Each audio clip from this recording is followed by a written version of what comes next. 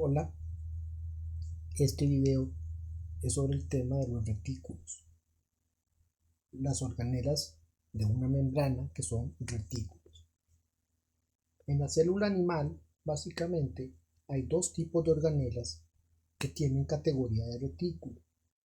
Recordemos que un retículo está formado por una serie de pliegues de membrana que forman una extensa red, por eso el nombre retículo. Esta red se distribuye por toda la célula. Los dos tipos de retículos que se conocen son los retículos endoplasmáticos y el aparato de Golgi. Los retículos endoplasmáticos existen el retículo liso, el retículo rugoso y un tipo de retículo especial que se ubica únicamente en las células musculares que se llama retículo sarcoplasmático. El otro tipo de retículo también es el dictiosoma o aparato de Golgi. El retículo endoplasmático representa la organela más grande que hay a nivel de la célula, no la más voluminosa, sino la más extensa. La membrana del retículo puede representar el 90% de las membranas de una célula, incluyendo todas las demás. Básicamente, dentro del retículo, independientemente del tipo, se van a dar tres funciones principales. La síntesis de sustancias. Esto significa que en los retículos se van a producir sustancias. Recordemos que el término síntesis significa producción. Igualmente, se va a dar el transporte y almacenamiento de estas sustancias que se producen de manera general. Se reconocen tres tipos. El primero es el retículo rugoso. Recibe su nombre porque tiene una apariencia al microscopio arenosa o rugosa, es decir, áspero. Este retículo está relacionado con la síntesis proteica y con los ribosomas, que son los encargados, son las enzimas encargadas de producir estas proteínas. Por lo tanto, también va a transportar y almacenar proteínas. Al observarlo en microscopio, el retículo rugoso, aquí lo podemos ver modificado mediante color, da esta apariencia. Podemos observar los pliegues de membrana en un color como azulado y los ribosomas, que son estas esferas o estos granos o gránulos que se observan cerca de la membrana, que son los encargados de producir las proteínas.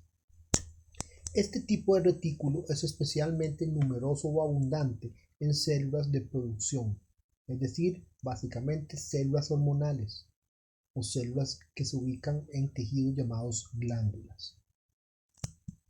Aquí podemos ver cómo esta membrana se extiende por todo el citosol. Podemos ver acá cómo se observa en la parte de arriba de la fotografía, al igual que en la parte de abajo, se ve el retículo. La parte central también tiene un retículo, pero el retículo que se observa en la parte central no es visible al microscopio, porque lo que hace a los retículos visibles es que se contrastan a través de químicos que logran teñir los ribosomas. Es decir, estas partes que se están viendo aquí tienen esa estructura porque se tiñen los ribosomas que están contenidos dentro del retículo. En esta región, como no hay ribosomas, la tinción jamás va a revelar una estructura similar. Sin embargo, lo que hay en el interior de esta región es exactamente lo mismo, solo que no se logra ver igual. Este es el otro tipo de retículo, que es el retículo liso. El retículo liso no está relacionado con proteínas, está relacionado con lípidos, especialmente tipo esteroide. El retículo liso va a participar también en el almacenaje de calcio y en la glucogenólisis, que tiene que ver con la transformación del glucógeno, es decir, el azúcar de reserva que hay en los músculos y en algunas otras células, a azúcares simples. Igualmente, este tipo de retículo está muy desarrollado en las células glandulares, especialmente todas las que producen hormonas de esteroideas, por ejemplo, las células reproductivas que están formadas, las que forman las gónadas, el ovario y los testículos.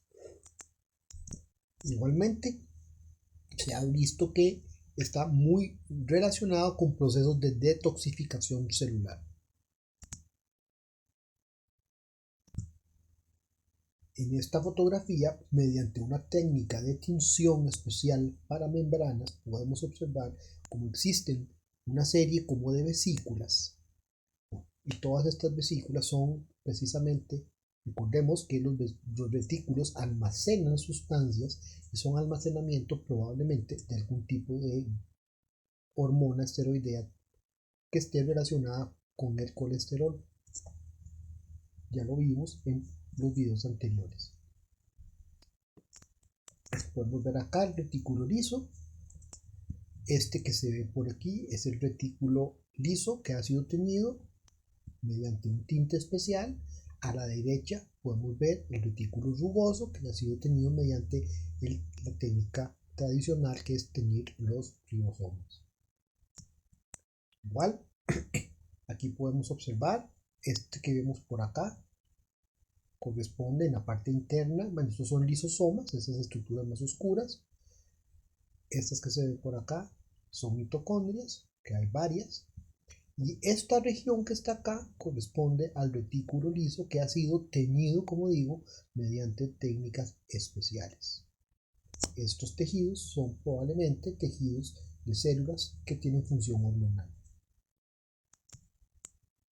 Aquí podemos ver en amarillo el retículo rugoso, y en rojo podemos ver que no se observa nada, así como muy claramente, y es porque la técnica de tinción no revela que exista un retículo, pero existe exactamente la misma estructura.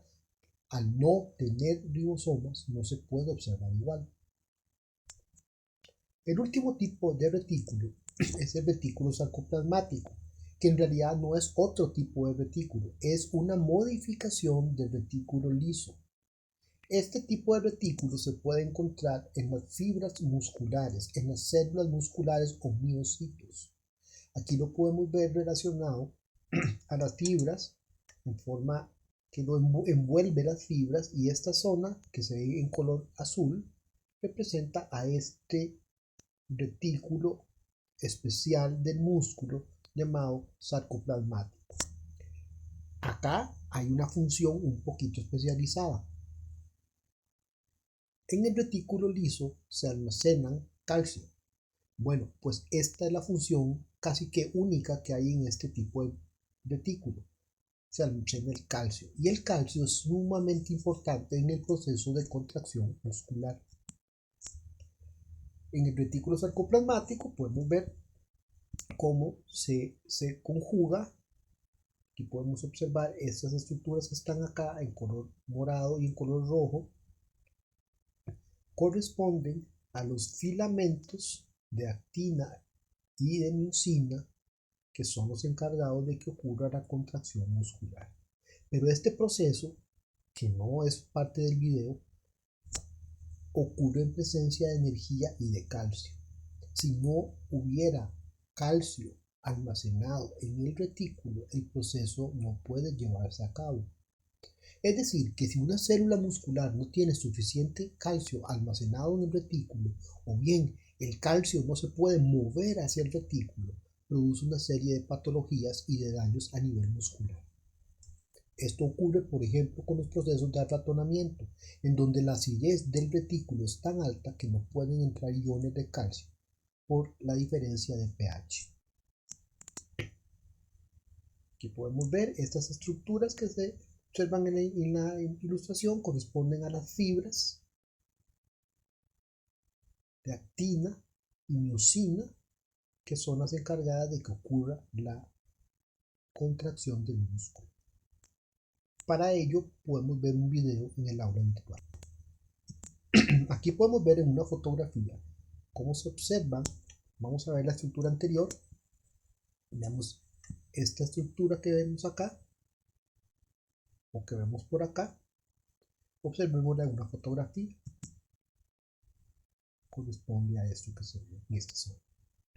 Eso se llama el sarcómero. En el curso de anatomía muy probablemente se van a referir a los sarcómeros. Son los encargados de que ocurra la contracción en esto que corresponden a fibras musculares. Aquí podemos ver una representación del retículo sarcoplasmático. Observemos la cantidad de mitocondrias, que es importante a nivel de la célula. ¿Por qué? Porque las mitocondrias son las encargadas de proveer la energía que se necesita para activar el movimiento del calcio y la energía en esta estructura llamada sarcómero. Esto es cada una de estas estructuras que se ve aquí representa un sarcómero formado por una banda central, se llama la banda M, y una banda lateral que se llama la banda o la línea Z. Un sarcómero se presenta entre dos líneas Z.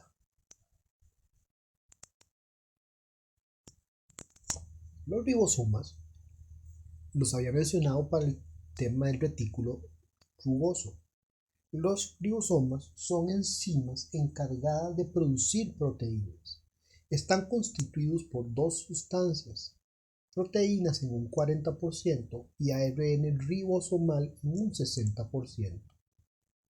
El ribosoma es en realidad la unión de dos subunidades o de dos partes que se producen dentro del núcleo, concretamente en el nucleolo, y que cuando se juntan o se ensamblan permiten acoplarse a la molécula de ARN mensajero y tienen espacios o dominios especializados para la lectura de la molécula de ARN mensajero y el acople con las moléculas de ARN de transferencia que le permiten entonces leer el mensaje del mensajero y colocar los aminoácidos que contiene el ARN de transferencia. Este proceso se llama la traducción del ARN. Aquí podemos ver una línea de ARN mensajero, a pesar de que aquí dice ADN, esto es ARN mensajero. Estas son las enzimas ARN polimerasa y aquí podemos ver cómo se van formando los ribosomas y van formando un polipéptido, o sea, una cadena de aminoácidos que al final van a originar una proteína. Este proceso aquí está esquematizado y aquí lo podemos ver en la vida real, una fotografía de estos ribosomas funcionando. ¿Dónde se ubican los ribosomas? Principalmente en el retículo rugoso, pero pueden encontrarse también en el citosol y en el interior de algunas organelas. Tengan claro que esto no es importante, la importancia es a nivel del retículo rugoso, porque si bien hay síntesis de proteínas en algunas otras organelas, es realmente en el retículo donde ocurre la mayoría de la síntesis de proteínas. Les decía que los ribosomas se ensamblan en el nucleolo y luego a través de los poros nucleares o los poros de la membrana nuclear salen y se mueven, se movilizan a las diferentes regiones celulares. Aquí podemos ver cómo el ribosoma tiene una serie de sitios y aquí se observa la molécula de ARN mensajero que está siendo copiada, leída primero por el ribosoma y luego la ARN de transferencia aporta los aminoácidos. Cuando tienen un sitio de acople dentro de la molécula mensajero, liberan el aminoácido y el ribosoma va formando poco a poco, con la instrucción que trae la molécula de ARN mensajero, la proteína X o la proteína Y. Este proceso, lo vamos a ver más adelante, se llama primero la transcripción, es decir, el paso de ADN a ARN, y luego la traducción, que es el proceso de ARN mensajero a proteínas. Entonces aquí podemos ver, por ejemplo, la molécula de ADN que se replica, se copia, luego esta molécula de ADN se transcribe produciendo un tipo de ARN que se llama mensajero pre, y luego el ARN mensajero procesado. Esta molécula sale del núcleo, los ribosomas son los encargados de irla leyendo y hacer la traducción. Y luego esa traducción produce una serie de proteínas. De esta manera, los ribosomas que son producidos a nivel del nucleolo pueden exportarse y llevar a cabo este proceso. Aquí podemos observar una foto nuevamente de unos ribosomas que están copiando a la vez una misma cadena de ARN que se puede observar como un hilo sobre el cual se ubican los diferentes ribosomas. Aquí también podemos ver un material al cual ustedes pueden acceder con el PDF de la publicación. Aquí podemos ver una fotografía que corresponde a la molécula de ARN mensajero que ha sido copiada por los ribosomas, que son estas bolitas, y observen cómo se ven los aminoácidos que se van pegando poco a poco y se van produciendo las distintas proteínas. Curioso que una misma molécula puede ser leída por varios ribosomas a la vez, y esta estructura se llama un polisoma. Aquí podemos ver cómo podemos buscar la definición y profundizarla un poquito más. Nuevamente aquí podemos ver este esquema de la traducción del ARN mensajero, donde se ven la molécula de ARN mensajero en color anaranjado, el ribosoma en color café y el ARN de transferencia en color azul. Estos tres tipos de ARN participan de la traducción. La última organela de forma reticular es el aparato de Golgi. También se conoce con el nombre de dictiosoma. Es un retículo formado por pliegues de membrana y la función principal del aparato de Golgi es la modificación de sustancias. Sin embargo, hay otras funciones como por ejemplo la síntesis de azúcares, el transporte de sustancias y la formación de vesículas, especialmente aquellas que van a salir de la célula. Recordemos los procesos de exocitosis constitutiva y exocitosis regular. Aquí podemos ver fotografías, primero vemos un esquema, un dibujo, y podemos ver aquí ese pequeño retículo formando estos pliegues que se llaman cisternas y que en algunos casos pueden tener forma casi de vesícula. Y hay algo importante, una misma célula puede tener varios aparatos de Golgi a la vez.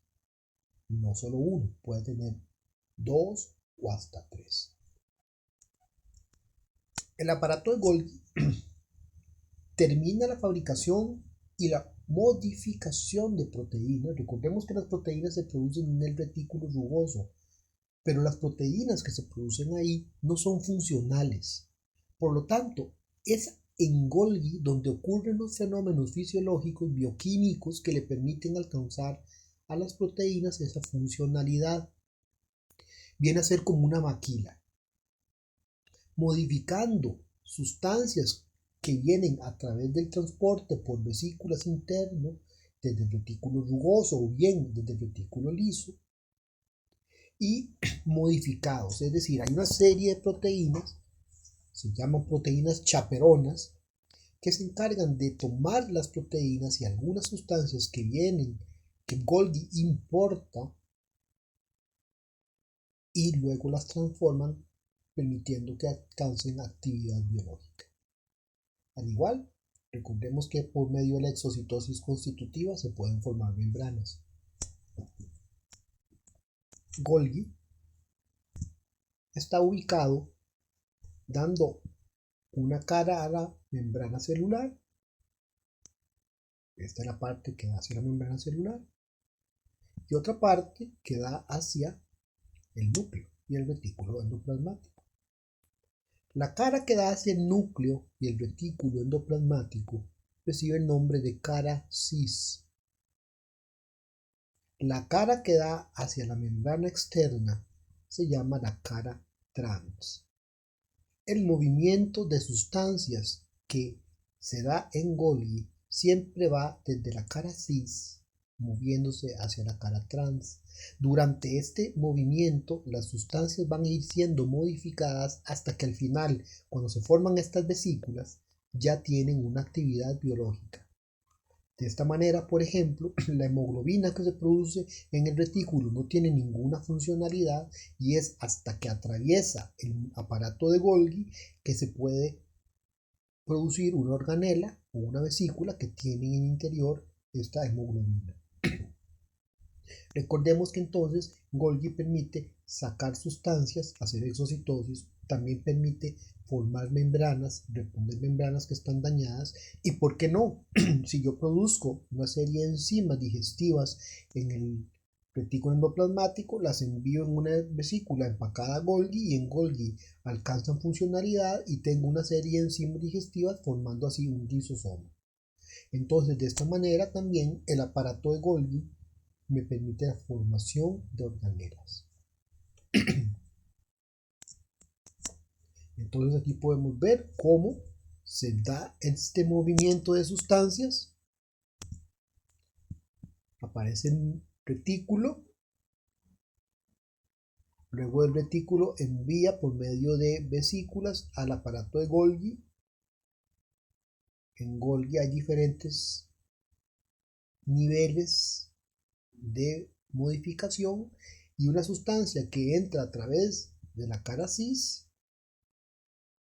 se mueve hacia la cara trans y de esta manera, por ejemplo, se tienen lisosomas, se tienen vesículas no recubiertas que le permiten, por ejemplo, colocar proteínas de membrana o vesículas de secreción, y de esta manera es que el aparato de Golgi también logra que se lleven a cabo los procesos de exocitosis.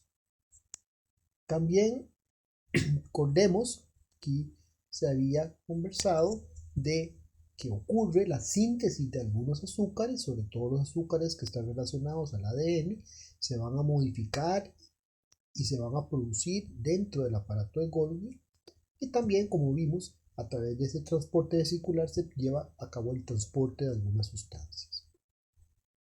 De esta manera terminamos el video de los retículos y pasamos a ver las organelas de dos membranas. Muchas gracias.